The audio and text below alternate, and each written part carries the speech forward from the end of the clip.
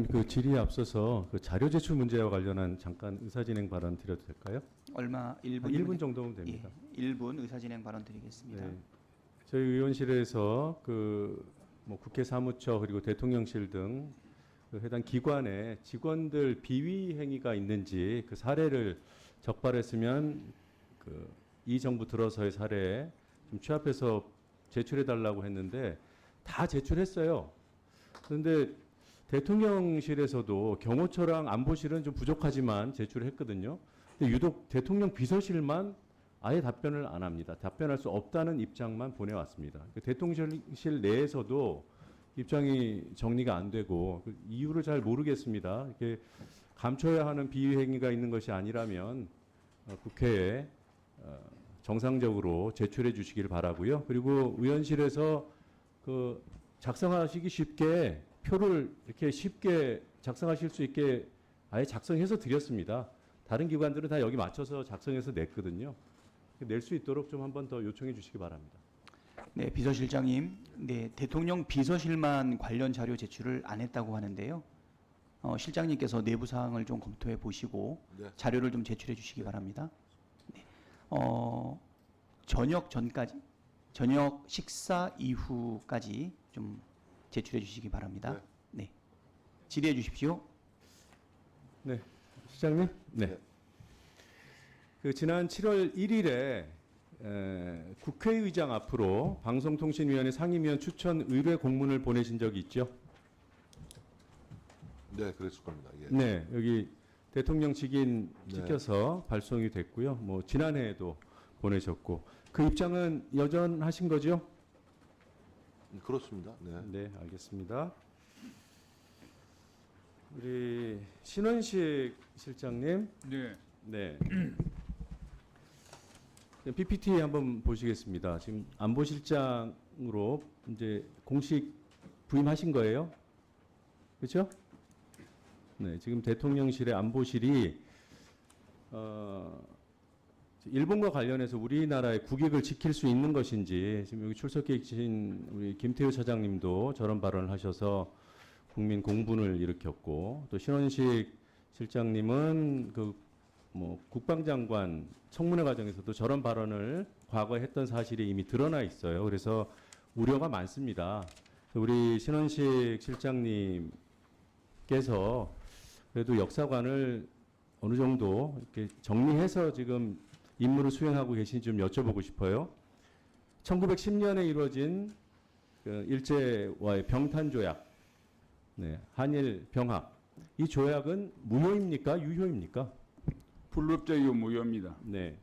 그리고 1919년 3.1 운동은 그런 불법적인 조약에 근거해서 폭력적으로 조선을 지배하는 침탈하는 데 대한 저항 운동이었다. 맞는 규정인가요?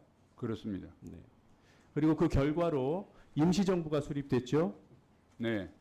그리고 우리 헌법은 그 법통을 잇는다고 명시돼 있고요. 명시하고 있고요. 그렇습니다. 네. 그리고 우리가 독립운동 이런 표현을 쓰는데 독립운동은 그러한 일본의 식민 지배에 항거해서 일본의 식민임을 거부하는 그러한 저항이고 투쟁이다. 맞습니까? 네. 네.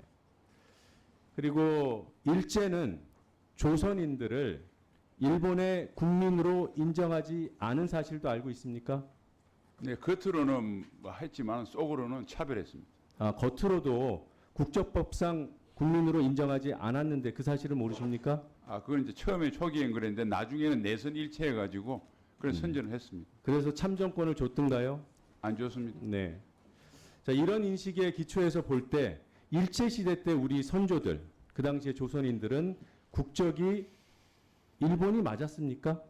전혀 아닙니다. 왜냐하면 당시 국제법적으로는 뭐 그런 주장을 할 수는 있겠지만 네. 우리가 상해 임정 법통을 있는 상해 임정해서 일본의 병합을 불법이라고 했고 우리가 그 일본이 아니라는 걸 선언도 했고 그다음에 2차 세계대전 이후에 우리가 우리뿐만 아니라 국제적으로도 일본의 우리 병탄을 불법이라고 했기 때문에 우리나라는 그 일본인이 아니라 일제 강점기 때도 한국 국민으로 보는 것이 타당하다고 생각합니다. 예. 감사하기까지 합니다. 다행스럽다는 생각도 하고요. 네, 국가안보실을 책임지고 계시기 때문에 정진석 실장님, 대한민국 국무위원에게 그 일제시대 조선인들은 일본 국적이었다는 인식이 용인될 수 있나요? 없습니다. 김문수 후보자가 청문회장에서 그런 발언을 한 사실은 알고 계시죠? 뭐 신문에서 봤습니다. 예. 네. 부적절하다고 판단하시는 거고요. 저 개인적으로는 적절하지 않다고 생각합니다. 대통령께 지명 철회를 건의하실 생각은 없으십니까? 고용노동부 장관에 대한 임명은 여러 가지 배경과 어떤 대통령의 인선 뜻이 있다고 저는 생각하기 때문에 헌법 전문에 명시된 내용을 부정하는 일이잖아요.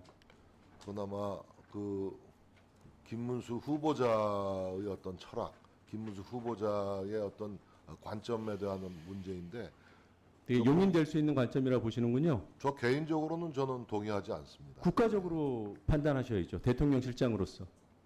아까도 말씀드렸습니다만 그 역사관, 그 사관에 대한 견해는 참으로 다양합니다. 국무위원에게도 그런 관점이 용인될 수 있다. 저는 부적절하다고 판단한다는 말씀을 드렸습니다. 알겠습니다. 네. 그걸 대통령 정리하고 실장으로서도 그렇게 판단하시는 거죠?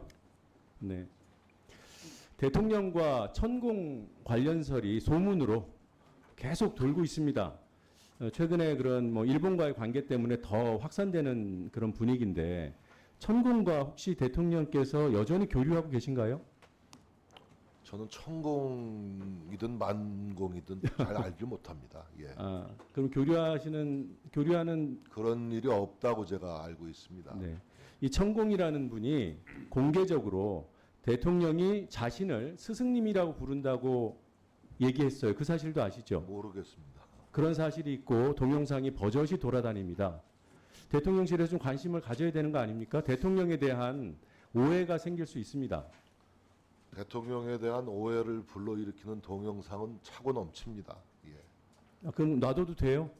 지금 이 정부는 가짜 뉴스나 왜곡 정보가 유포되는 것에 대해서 민감한 정부 아닌가요? 너무나도 만연돼 있기 때문에 하나하나 알겠습니다. 적발해서 문제 제기를 하기가 참 힘듭니다. 네, 신경 안 쓰신다는 뜻으로 들립니다. 그렇지는 않습니다. 천공이 한 발언이 워낙에 충격적이어서 이런 사람하고 대통령이 엮이는 것 자체가 우리 국민께 대한민국의 비극이라고 생각해서 말씀드립니다. 그와 천공이 관련된 직접 한 말을 일련의 동영상들이 네. 매우 많이 과장된 것들이 많다. 그래서 이렇게 또 과장하지 말씀드리겠습니다. 않고 천공이 일본에 대해서 한 발언을 제가 그대로 읽어드릴게요. 아니면 틀까요? 읽어드리겠습니다. 마음대로 하십시오. 조선은 아주 미개하게 살았다. 대통령을 향해서 본인에게 스승님이라고 부른다고 주장하고 다니는 사람입니다. 일본의 덕으로 우리는 문호를 열기 시작했다. 일본인은 조선을 침략하려 생각한 적이 없다. 일본에게 고마운 생각을 해야 한다. 일본 사람들이 얼마나 근면하고 성실한 민족인가. 대한민국 사람, 똑똑한 사람 아니다. 멍청한 사람들이다. 일본한테 유린당한 적도 없다. 일본이 우리를 쳐들어올 환경이 됐으니까 오는 거고 이제는 피해의식 가지면 안 된다. 천공과 대통령이 연결되지 않도록 대통령실에서 각별히 신경 써주시기 바랍니다. 대통령실은 그 천공이라는 사람의 언사에 대해서 큰 관심을 갖고 있지 않습니다.